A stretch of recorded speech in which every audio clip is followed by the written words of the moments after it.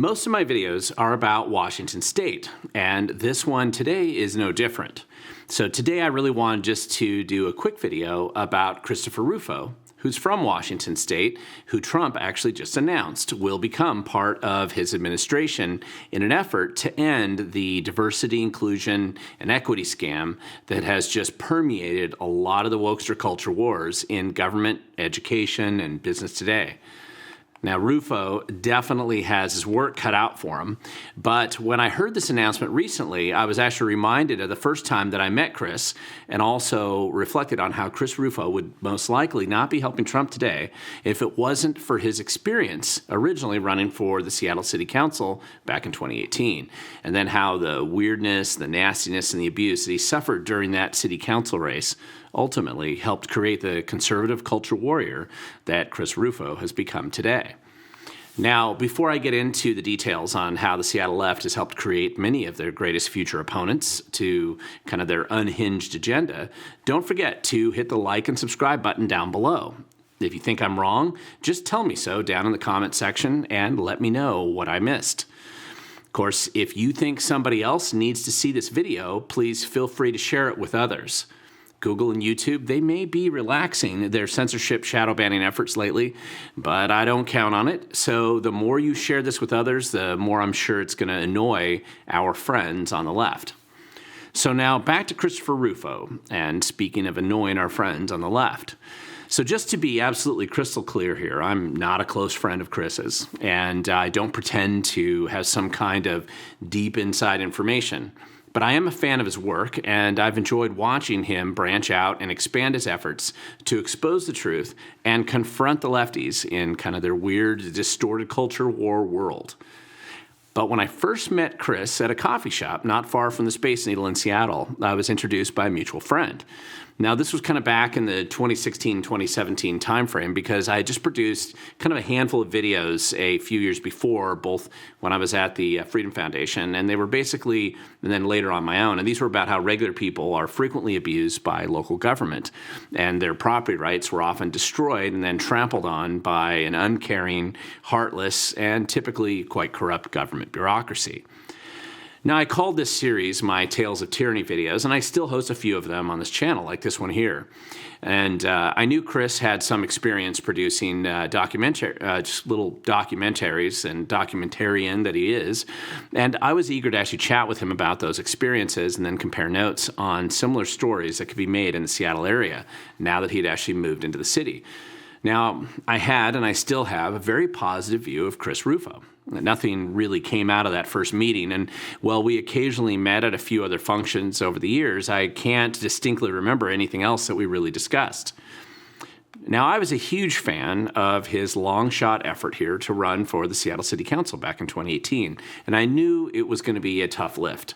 And while I wasn't actively involved in his political campaign, by that time I had actually helped train many other people to run for local office all around the state of Washington. So I really knew the inevitable kind of hamster wheel that is created by a political campaign, and then just the inevitable chaos that just unfolds, particularly when you're challenging a corrupt and obviously failing political machine like the established political class that mismanages the city of Seattle every day.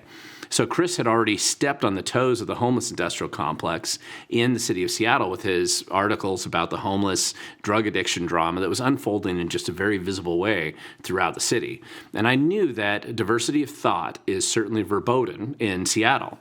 So a political campaign would just highlight the danger of challenging the established corruption schemes that had already defined the city by that time. Now, one thing that surprised me was how quickly Chris Rufo ended up aborting his political campaign. And I don't mean to be critical when I say this, I do understand, but I believed at the time that Chris was a bit naive, not understanding how vicious the political process would inevitably be, particularly in Seattle. And really, once he went down the yellow brick road of a political campaign, he would discover that he certainly wasn't in Kansas anymore. I believed that the threats against his children and his wife were what probably surprised him the most, and I also believed that he was disappointed, whether he admits it or not today, about how his allies, who were cheering him on for this political race, how they suddenly vanished once he actually put his hat into the ring. Now, his wife was working for Amazon at the time, and the Rufo family probably didn't expect to see the left try to get her fired or attempt to dox his children. Now, I've never spoken to Chris about this, but I suspect that the kind of escalation and just the extreme escalation really surprised him at the time. And he just couldn't see it ending well for him or his family, so he stepped off the hamster wheel and soon moved out of Seattle to the much more sedate comforts of Gig Harbor.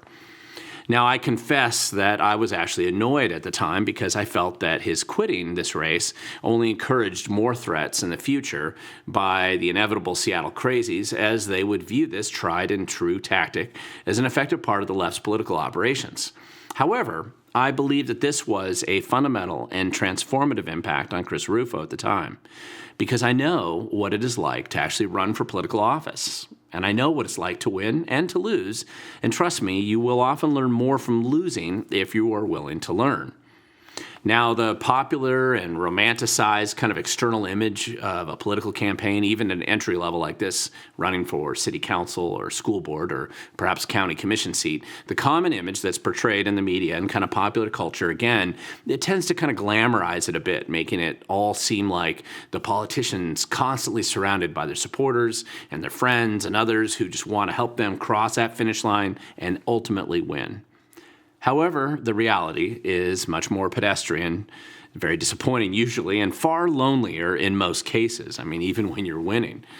Now, as a candidate, after the initial excitement of your initial announcement, you're going to rapidly discover that all those people who are talking you into running are suddenly no longer anywhere to be found. That's once you've committed now to the race. Now, the people who promise to financially support your campaign, they don't seem to return your calls, and usually only a few hardy and often kind of eccentric volunteers show up compared to the imagined kind of mini army that you were promised. Now, it's always this way. In most cases, I predict that it always will be. In order to win or even just compete, you have to put your head down and kind of grind away with a happy heart, even when it feels like you've been abandoned. However, this is a brutal experience for the first-timers, and it is even worse when you're in a hostile territory like Seattle, where independent thinking is viewed as heresy of the highest order. Really, no matter how much you might try to wordsmith your nuanced plans for solving the obviously corrupt programs that are on display all around you. Now, for most people, the aborted political campaign would be the end of the story. It usually is. In most of the campaigns that I've witnessed over the past 15 years or so, what impressed me about Chris Rufo was actually his willingness to continue to engage. And not just as a social media keyboard warrior, perhaps, but to actually then engage in some of the very toughest fights in the culture wars. And he has been extremely effective. His exposure of plagiarism has led to the deserved end of careers of very high-profile elitists at Harvard and elsewhere. And then, listen, I could actually go on about Chris's work really quite at length. But over the past few years, I believe that he has been highly effective in this fight, and the left clearly hates him. Just read some of their demeaning and basically undermining articles they try to write, and there's this dying, limited kind of echo chamber circulation publications, the few they have left that are just shrinking. But if you are known by your political enemies, Chris has become an effective activist, able to impact and expose the left and its hypocrisy and corruption. And he really learned firsthand in Seattle, Washington, just what we're all up against in this very kind of cultish world of the woke. Now, here's the ironic thing in this case, and it has happened repeatedly around the country, where basically a capable, maybe a little naive, sincere conservative or libertarian, or just how dare you be an independent person, you decide that you want to go down the traditional path to make an impact in their community. And of course, they run for office. It's just like Chris Rufo did. Many people jump into this process and they run for political elected office right out of the gate. I did this too. Now, many of us do. But then they lose the race. Or like Mr. Rufo, they experience the weird, unhinged, and deranged backlash from the arrogant, weird kind of lefties around, and they drop out. Now, regardless of whether they lose the race or drop out, the experience absolutely is going to change them. They see the system quite differently, and they understand the left far better now than they did before. Now, these are experiences that you just can't ignore, and you see things that you just can't unsee anymore. It's in part because it's just often so personal at the time. Now, most people go away and they don't come back. So the leftist harassment usually works. But some people get inspired by their setbacks. I know I was actually inspired when I lost my race in 2010. So it was probably the best thing that could have happened to me at the time. I believe Chris Rufo was also inspired because he changed his focus, he stayed in the state, and he started making a huge impact on the left. Now, the leftist kind of weird little enclaves in higher education and elsewhere, they may get to experience more exposure and confrontation than they ever would have all around the nation now if Chris Rufo had actually become Seattle City Councilman back in the day.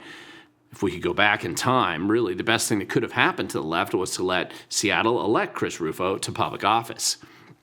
He would have been completely stymied and ostracized in a socialist-leaning, kind of brazenly crazy city council like Seattle. He would have been outvoted and harassed every day by the Antifa socialist collective around him and the homeless industrial complex grifters in the city. They would have continued to harass his wife and his children, and he would have left the council in disgust after a 4-year term, assuming that he made it that far, and it seems unlikely that Chris Rufo would be in the place that he is today. But instead, Chris Rufo's in a far better and much more impactful place than he ever could have been, and that he ever could have attained, really, being elected to the Seattle City Council. Now, I believe that our communities and our state and our nation are often changed by the people who actually rise up out of failure, crisis, or setbacks. And for some, I believe that we are strengthened and inspired when we are attacked. The left is essentially creating their future doom with their crazed personal attacks on well-intentioned people who just want to fix what is broken in their communities. Now, I know that threats and intimidation, censorship, cancel culture, doxing, lawfare, bribes, intimidation, and all the other tactics of our modern leftist friends here, they do often work to silence dissent and opposition. That's why they keep doing it. But let's face it, most people don't want that kind of dumb drama. Life is understandably too short as it is, so why make it extra miserable?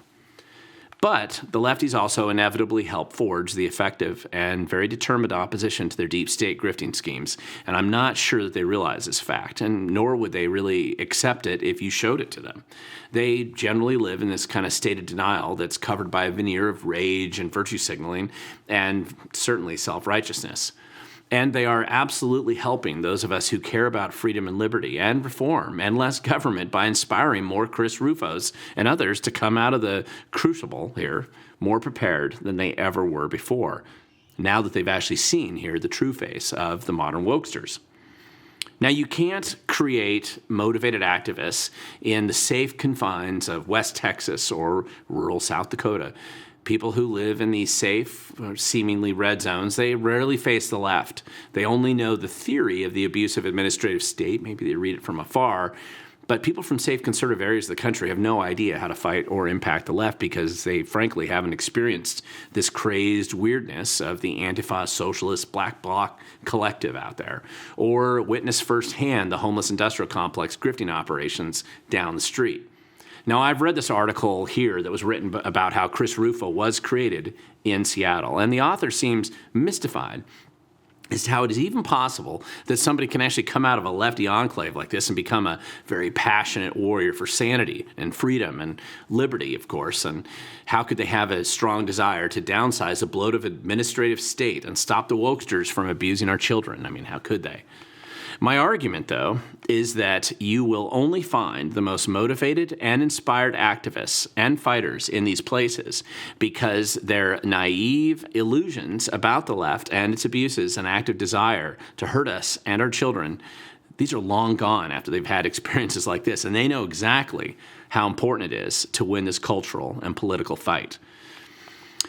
Now, this video is about Chris Rufo, and I'm glad to see him stepping up in the apparent role that the Trump administration here has announced. But his motivation to do this was clearly developed and inspired because he came face to face with the left in Seattle. And his illusions, whatever he probably had so long ago in that coffee shop meeting in downtown Seattle, those are now long gone. His motivation's clear, and his effectiveness will only continue to improve. And if you're an activist in abusive places like Seattle, like Portland or Olympia or Bellingham, you know the left, and you will become a better activist for freedom and liberty than you ever would if you just came from some other safe place. Now, if you live in a red state or a conservative area of the country and you believe that you're safe from the wokesters, you're wrong and you just don't realize it yet. This political and ideological fight by Rufo and others is actually your fight as well, even if you don't have Antifa threatening to burn your house down every day. Now, unfortunately, this is true even if you can't see the risks or drama in your neighborhood yet, even if you don't have crazed leftist loons like this guy as your governor. But you can only make an impact if you are willing to show up. Just like Chris Rufo here, it won't happen by osmosis or because you wish it would happen. You can't outsource your future and your children's future to somebody else. We must engage in whatever way fits our skill set and our community, but it always starts with the willingness to show up. As Chris Rufo clearly has indicated, I believe, and he's been so effective lately in how he's demonstrated this, because in the end, the future belongs to those who show up.